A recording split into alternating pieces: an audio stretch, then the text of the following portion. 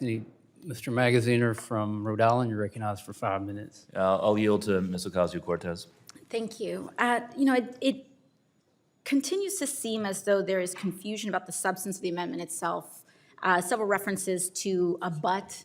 There is not one but in the language of this one paragraph amendment.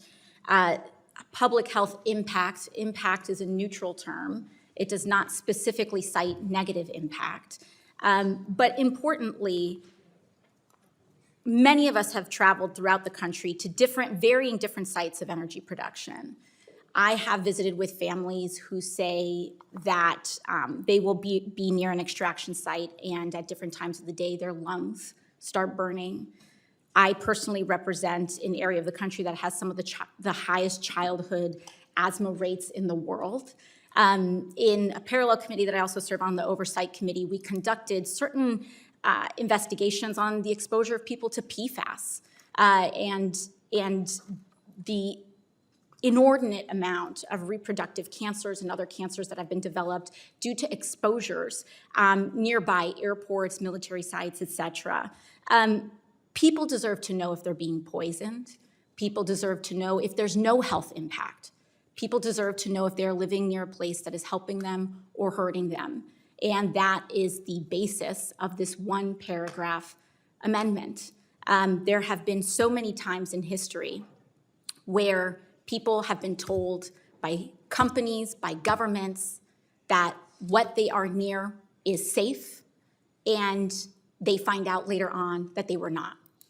And whether it is mountaintop extraction, whether it is PFAS exposure, whether it is fossil fuel extraction, we should not turn a blind eye to where there may be evidence that people may be encountering a health harm, especially when it comes to public policy.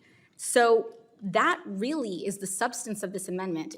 The amendment itself does not speak to drilling. It does not speak to ending it. It does not speak to any of that. It is saying people, we deserve and we should study the health impacts of this production, including water quality, the health impacts of carbon pollution, and public health. That's what this says.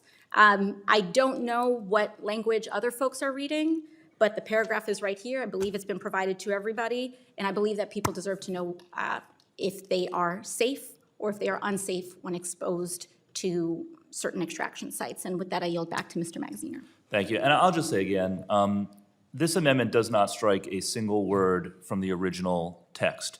So all of the topics that members of the majority have just run through, there's nothing to stop us from looking at any of them, from looking at the serious issues that you've raised, from looking at the wacky off-the-wall issues that you may raise. There's nothing to stop this committee from engaging in all of those topics. This is purely additive. Why would we not want to expand the body of information that we provide to the public and to this committee in its policymaking? Why do we want to bury our heads in the sand and deny people information about the impacts of extractive industries? Once again, nothing here strikes or cuts the ability to look at anything else. This is just about giving the American people the facts and giving us as a committee the facts so that we can make good decisions. And I'll just echo once again what others have said. We know that low-income communities, particularly communities of color, do bear the brunt of the climate crisis. We see it in asthma rates. We see it in cancer rates. We see it in a range of climate-related health outcomes. So why would we want to hide this information from the American people? This is purely additive to the scope of the committee's work. It does not eliminate our ability to look at any other topic. And with that, I'll yield back.